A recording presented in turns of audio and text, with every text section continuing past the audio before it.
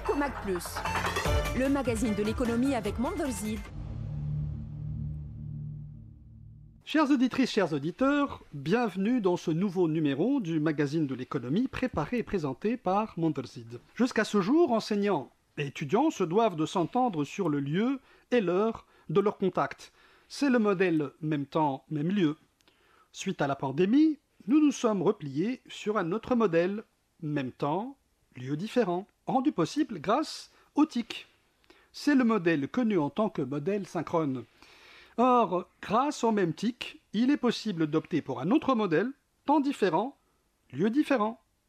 Comment cela sera-t-il possible? Ou est-il possible déjà?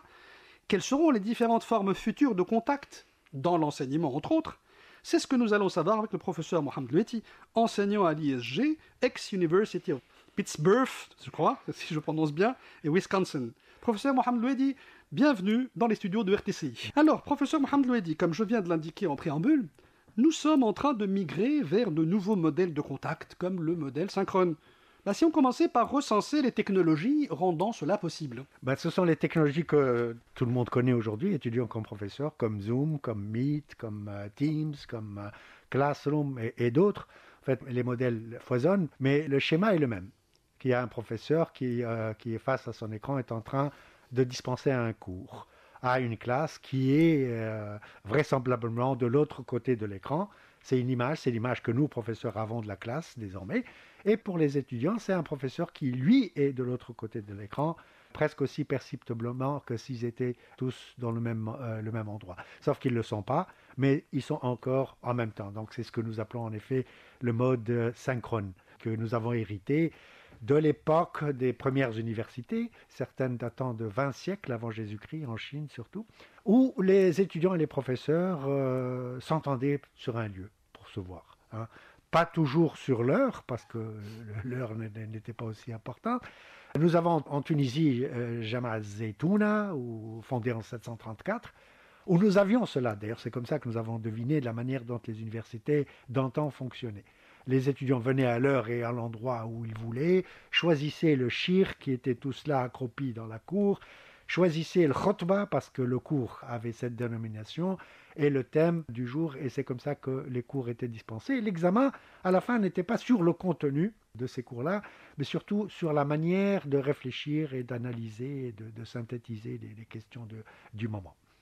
Cela a évolué évidemment avec le nombre d'étudiants, etc. Et maintenant, nous devons non seulement nous entendre sur l'endroit, mais aussi sur l'heure. Et ponctualité oblige. C'est comme ça que le modèle synchrone s'est imposé, même quand l'endroit n'est pas le même. Alors, il y a d'autres technologies qui sont plus évoluées, Mohamed Loueti. La technologie qui est développée, par exemple, dans le cadre du projet Starline de Google. Oui, celui-là a précédé d'autres modèles qui voient le jour aujourd'hui. Alors ça, c'est impressionnant, c'est que ça a évolué, c'est un peu une prolongation du modèle auquel nous nous sommes habitués. Si je prends l'exemple de Zoom, par exemple, nous avons un professeur devant un écran qui est en train de parler à des étudiants qui, semble-t-il, sont de l'autre côté de l'écran. Semble-t-il. Semble-t-il, parce que c'est l'impression que nous avons, c'est le modèle mental qui s'est construit au fil du temps. Alors, dans le modèle Starline, ce qui se passe, c'est que nous avons en face de nous non plus un écran, mais un semblant de miroir. Et au-delà du miroir, nous avons une figure en 3D. C'est comme s'il y avait quelqu'un de l'autre côté, un peu comme, comparaison oblige, un peu comme dans les parloirs des prisons, quand ils reçoivent la visite, il y a un écran, il y a un téléphone. C'est un peu ce modèle-là, sauf qu'il n'y a pas de téléphone. Alors, il y a un miroir, et de l'autre côté, nous avons l'impression d'avoir quelqu'un en 3D, sauf que ce quelqu'un n'y est pas, il n'est pas là, il est de l'autre côté, dans un autre endroit, peut-être même un autre pays. Oui. Et l'impression est si réelle que nous avons, des fois, nous sommes tentés de tendre la main. Carrément.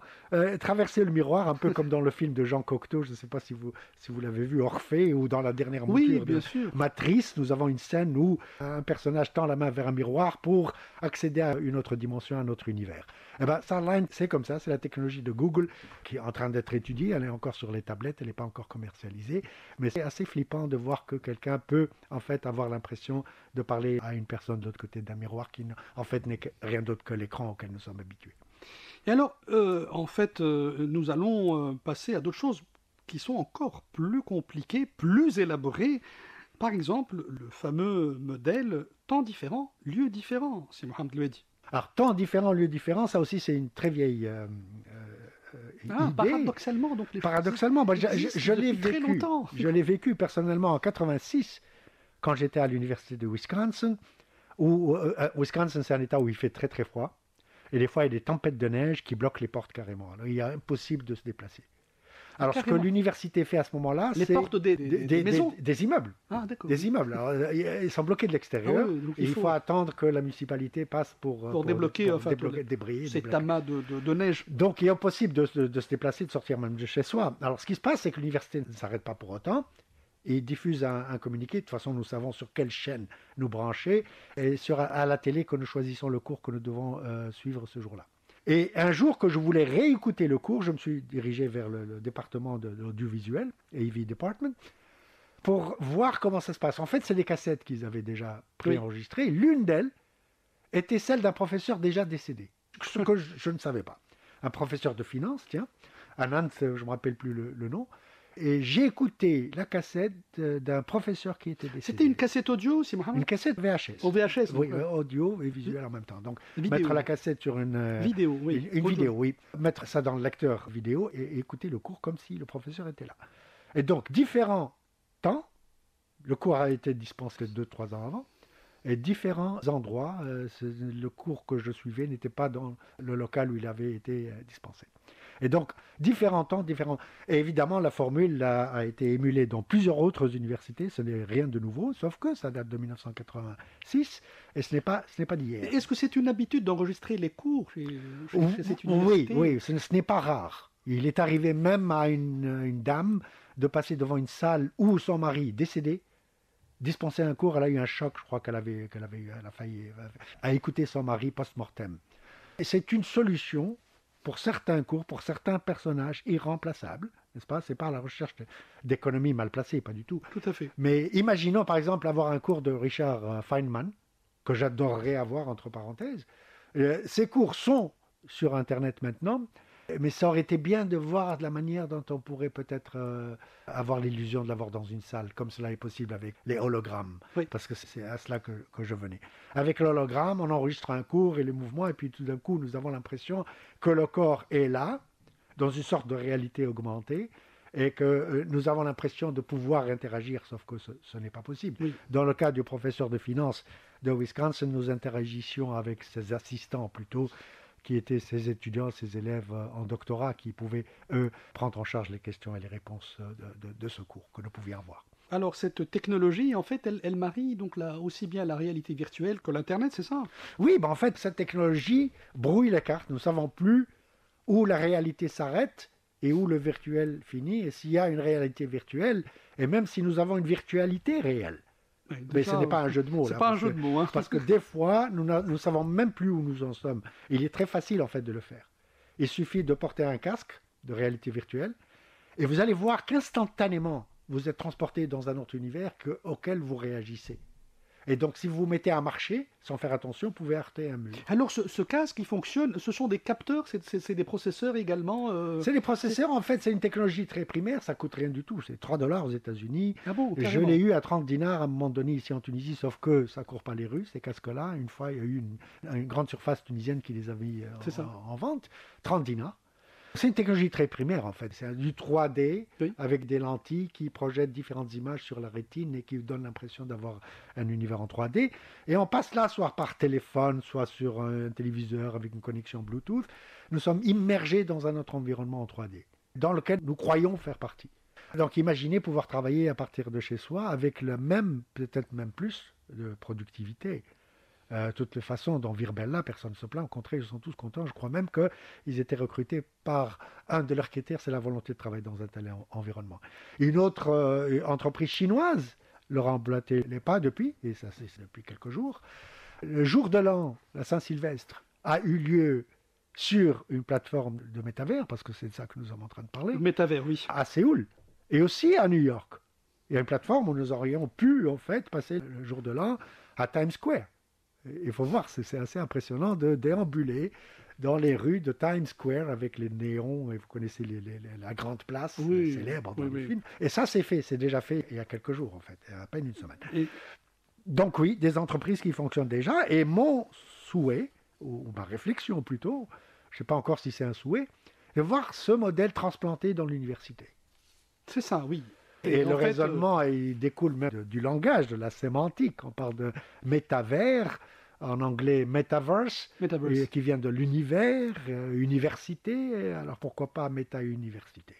Pourquoi ne pas prolonger ce modèle, différents endroits, mais en même temps, de synchrone et le faire en métavers en ayant une salle dans ce monde virtuel avec des connaissances diffusées de la même façon, de toutes les façons.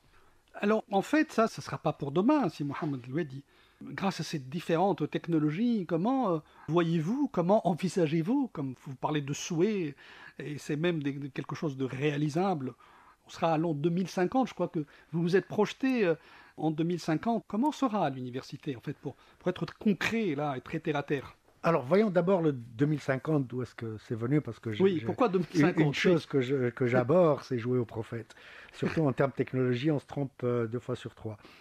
2050, quand même, hein. bah oui, en technologie, on ne prévoit pas, c'est comme dirait d'ailleurs Bill Gates, nous avons une propension à surestimer les courts termes en termes de technologie et à sous-estimer le long terme. Et on se trompe tout le temps. Et toutes les prédictions qu'il a faites, y compris celles qu'il avait faites lui-même, étaient en fait à côté de la plaque.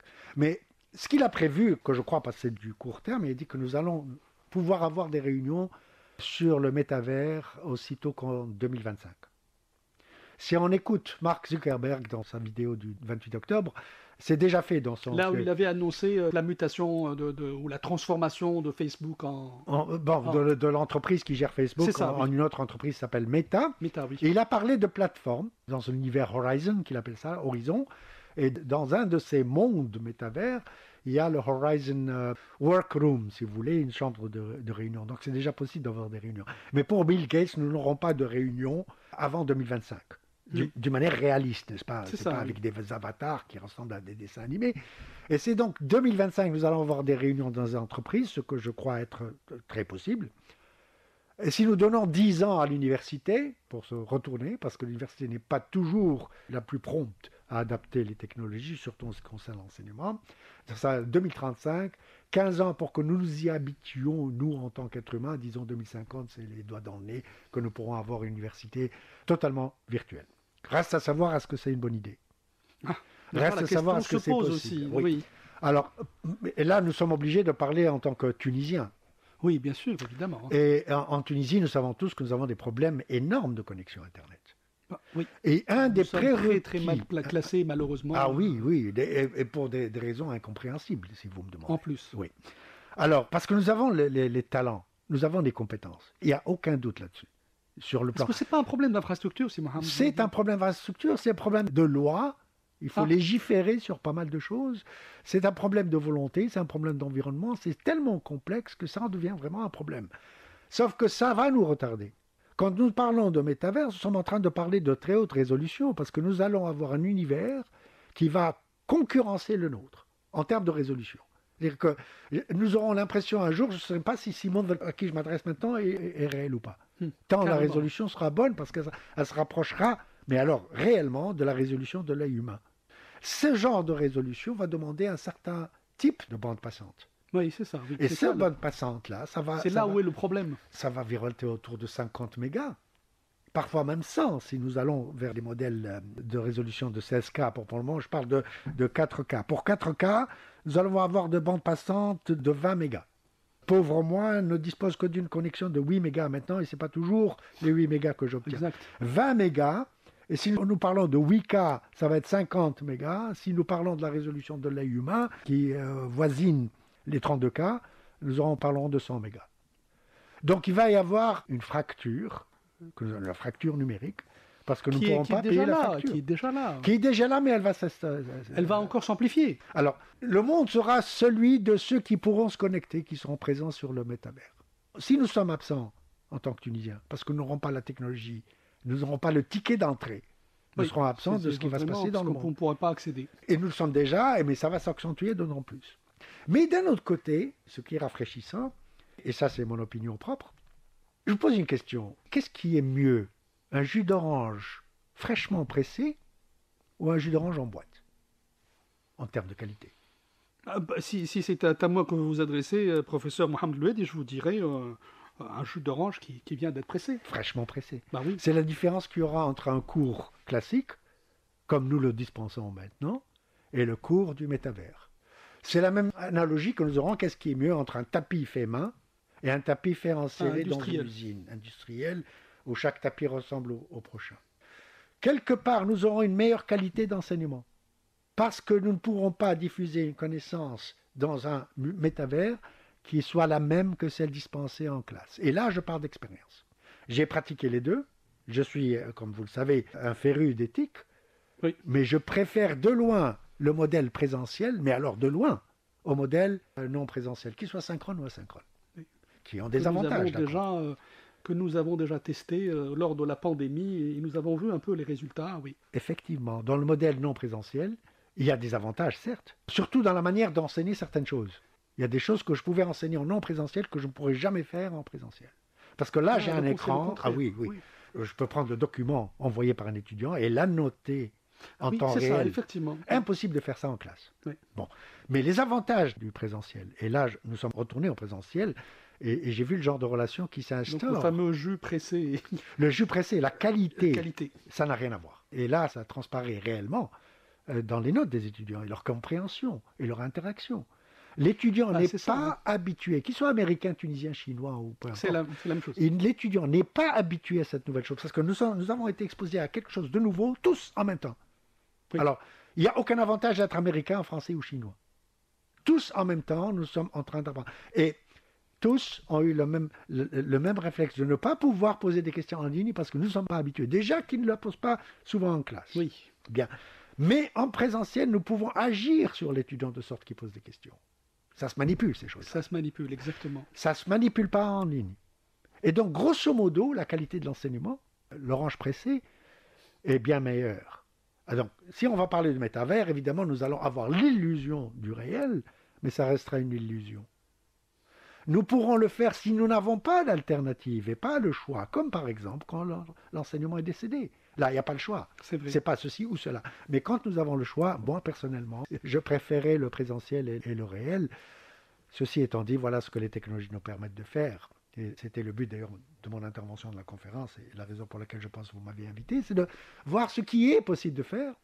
Ce n'est pas pour dire que c'est meilleur. Nous sommes en train de dire, voilà, voici de nouvelles options, de nouvelles possibilités. Voilà ce qu'elle donne, voilà ce que ça donne. Mais ce n'est pas forcément la panacée, quoi. Non. Donc être en retard, entre guillemets, c'est pas un très lourd handicap.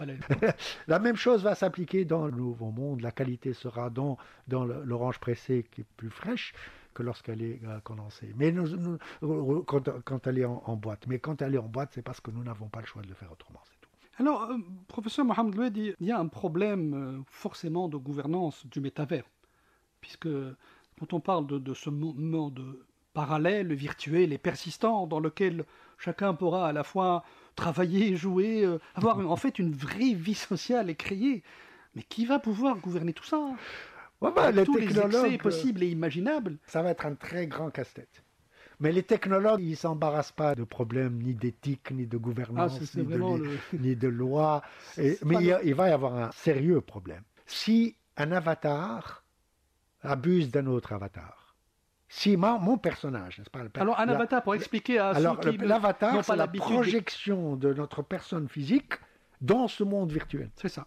Et donc je vais choisir un personnage, une persona, si vous voulez, qui va me remplacer. Bon, pour le moment, ça a l'air assez amusant, on dirait des dessins animés, mais ça va changer, ça. C'est un peu comme les jeux, le GTA 6, etc.